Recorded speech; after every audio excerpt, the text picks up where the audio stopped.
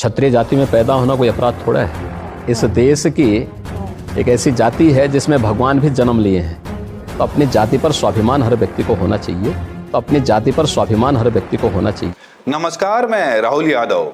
जिस देश में जाति सार्वभौमिक सच्चाई हो, जन्म से लेके मृत्यु तक, यहाँ तक कि मरने के बाद भी जाति पीछा ना छोड़ती हो, जिस देश में मान सम्मान, पद प्रतिष्ठा और यहाँ तक कि राष्ट्रपति से लेकर प्रधानमंत्री, मुख्यमंत्री और अन्य पदों पर पहुंचने के बाद भी जाति साथ साथ चलती हो, उस देश में उत्तर प्रदेश के उच्च न्यायालय ने जाति को लेकर कुछ आदेश दिए और उसके बाद योगी सरकार ने उस आदेश के अनुपालन में अपने कुछ आदेशों को घुसाते हुए नए दिशा निर्देश जारी किए। तो स्वाभाविक तौर पर उत्तर प्रदेश के राजनीतिक हलकों से लेकर सामाजिक जगत और सोशल मीडिया में हलचल तो मचनी ही थी। लोग अपने अपने तर्क लेकर सामने आ गए। मैं भी इस मामले में योगी सरकार से कुछ अहम सवाल करना चाहता हूं, लेकिन उससे पहले समझ लीजिए, इलाहाबाद हाई कोर्ट की एकल पीठ ने निर्णय दिया कि अब से उत्तर प्रदेश में किसी अपराधी के नाम में एफआईआर में जाति का नाम नहीं लिखा जाएगा। किसी भी कानूनी दस्तावेज में सार्वजनिक स्थानों पर जाति का महिमा मंडन नहीं किया जाएगा। इस आदेश के अनुपालन में आनन फानन में योगी सरकार के चीफ सेक्रेटरी ने भी आपदा में अवसर खोजते हुए 10 बिंदुओं में ऐसे निर्देश भी जारी कर दिए जिससे उसकी सरकार के जातिवाद पर उठ रहे सवालों पर लगाम कस सके। ये बात मैं किस आधार पर कह रहा हूं?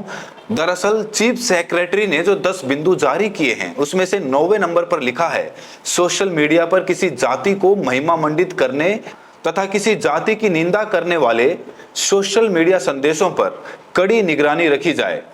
सोशल मीडिया के माध्यम से जातिगत द्वेष फैलाने अथवा जातिगत भावनाओं को उद्वेलित करने वालों के विरुद्ध कठोर कार्रवाई की जाएगी। इस 9 नंबर के पॉइंट के अंदर सरकार ने इंतजाम कर लिया है कि अगर सरकार के जातिवाद पर, जाति देखकर मिल रही ट्रांसफर पोस्टिंग और नौकरियों पर, यहाँ तक कि अपराधियों की जातियों पर अगर सवाल उठाए गए तो सीधे सीधे इस पॉइंट 9 के अंतर्गत कह दिया जाएगा कि जाति द्वेष फैलाने की कोशिश की जा रही है और किसी भी ऐसी आवाज को जो सरकार के जातिवाद के खिलाफ उठती रहती है उसको बंद करने की कोशिश की जाएगी। खैर, मैं मुद्दे पर लौट कर आता हूं। उत्तर प्रदेश सरकार ने तर्क दिया कि 10 बिंदुओं के सहारे वो प्रदेश में जातिगत भेदभाव को खत्म करने और समानता का व्यवहार लाने के लिए प्रयास कर रही है और इसी के लिए सरकार ने कहा कि अब प्रदेश में जातिगत रैलियां नहीं होंगी, जाति का महिमा मंडन सार्वजनिक प्रदर्शन गाड़ियों या अन्य स्थानों पर नहीं होगा। लेकिन सवाल फिर से वही उठता है, क्या वास्तव में इसके पीछे नियत यही है जो सरकार बताना चाह रही है? अगर वास्तव में सरकार की यही नियत है कि जातिगत भेदभाव खत्म कर दिया जाए, तो जिन आरोपियों या अपराधियों के पीछे सरनेम नहीं लिखा जाएगा, उसकी जाति नहीं लिखाई जाएगी, तो क्या योगी सरकार और उसके सिपह सालार ब्यूरोक्रेट्स पूरी जिम्मेदारी के साथ ये कह सकते हैं कि जिन आरोपियों या अपराधियों या माफियाओं की जाति नहीं लिखी जाएगी, उनको जाति के आधार पर मिल रहा सरकारी संरक्षण भी बंद कर दिया जाएगा? क्या उत्तर प्रदेश में ट्रांसफर पोस्टिंग में जाति का खेल नहीं खेला जाएगा? क्या उत्तर प्रदेश की नौकरियों में अभी हाल ही में लखीमपुर में कोऑपरेटिव बैंक का मामला आया था, क्या ये सब बंद करवा दिया जाएगा? जाति देखकर माफियाओं को जो संरक्षण दिया जा रहा है, क्या ये भी बंद हो जाएगा? जाति देखकर इंटरव्यू के नंबर में जो खेल किया जाता है, क्या ये भी बंद हो जाएगा? जाति देखकर सरकारी ठेकों में कुछ खास जातियों और कुछ खास लोगों का आज भी जलवा है, क्या वो बंद कर दिया जाएगा? जाति देखकर मठों में, मंदिरों में, धार्मिक स्थलों में जो पंडित, पुजारी और पुरोहित बनाए जाते हैं, क्या ये भी बंद कर दिया जाएगा? जाति के आधार पर कथा मंचों पर बैठकर अपनी जाति को जन्मजात श्रेष्ठ बताते हुए अन्य समाज के लोगों को छोटा बताने वाले कथावाचकों पर भी कार्रवाई की जाएगी? माफ करिएगा, मुझे लगता है ऐसा नहीं होगा। और अगर ऐसा नहीं होगा तो वंचित तबके के संगठनों को जातिवाद का आरोप लगाते हुए वंचित तबके की मुखर आवाजों को जाति द्वेष फैलाने का आरोप लगाते हुए उन पर मुकदमे दर्ज करवाए जाएंगे और करणी सेना, परशुराम सेना जैसे तमाम जातिगत संगठन खुलेआम तलवारें लहराएंगे। जातिवाद का नंगा नाच खेलेंगे, लेकिन उनको छूट दे दी जाएगी। अब सवाल ये भी उठ सकता है कि मुझे इस बात पर संदेह क्यों है। दरअसल ये आदेश ऐसे मुख्यमंत्री के समय में सामने आया है जो मुख्यमंत्री खुद एक पत्रकार का जवाब देते हुए पहले तो भगवान को ही अपनी जाति वाला बता देते हैं, इसके बाद कहते हैं मुझे ठाकुरवाद के आरोपों से कोई तकलीफ नहीं है, अपनी जाति पर सबको गर्व होना चाहिए। अब जरा सोचिए, जब प्रदेश के मुखिया को ही अपनी जाति पर गर्व है और जातिवाद के आरोपों पर उसे कोई तकलीफ नहीं है, तो फिर इन कागजी आदेशों का किस तरीके से पालन होगा, निश्चित तौर पर ये संदेह के घेरे में है। एक बात और संदेह पैदा करती है, मुख्यमंत्री जी खुद विधानसभा में खड़े होकर आरोपियों की जाति का नाम लेकर मजाक बनाते हैं। महज इन कागजी आदेशों से कितना परिवर्तन होगा, मुझे इस पर अभी भी संदेह है।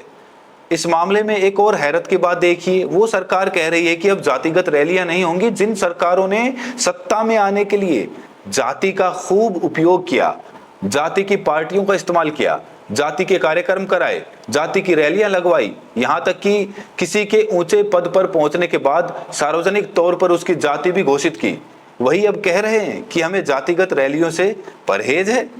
हालांकि इस मामले में समाजवादी पार्टी के राष्ट्रीय अध्यक्ष अखिलेश यादव ने भी योगी सरकार से सवाल पूछा है, लेकिन सांसद चंद्रशेखर आजाद समाज पार्टी के राष्ट्रीय अध्यक्ष हैं, उन्होंने एक कदम आगे बढ़ते हुए योगी सरकार से और कोर्ट से सीधे सीधे सवाल पूछ लिया है कि अगर वास्तव में आपकी नीयत जातिगत भेदभाव खत्म करके समतामूलक समाज की स्थापना करना है, तो सीधे सीधे ये आदेश क्यों नहीं जारी कर देते, सरनेम को हटा दिया जाएगा।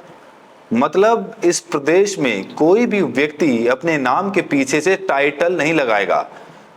मैं भी मानता हूं कि इसी कदम से वास्तव में कुछ हद तक जातिवाद को कम किया जा सकता है, लेकिन ये आदेश जब सबके ऊपर बराबर से प्रभावी होगा तभी इसके कुछ मायने निकलेंगे।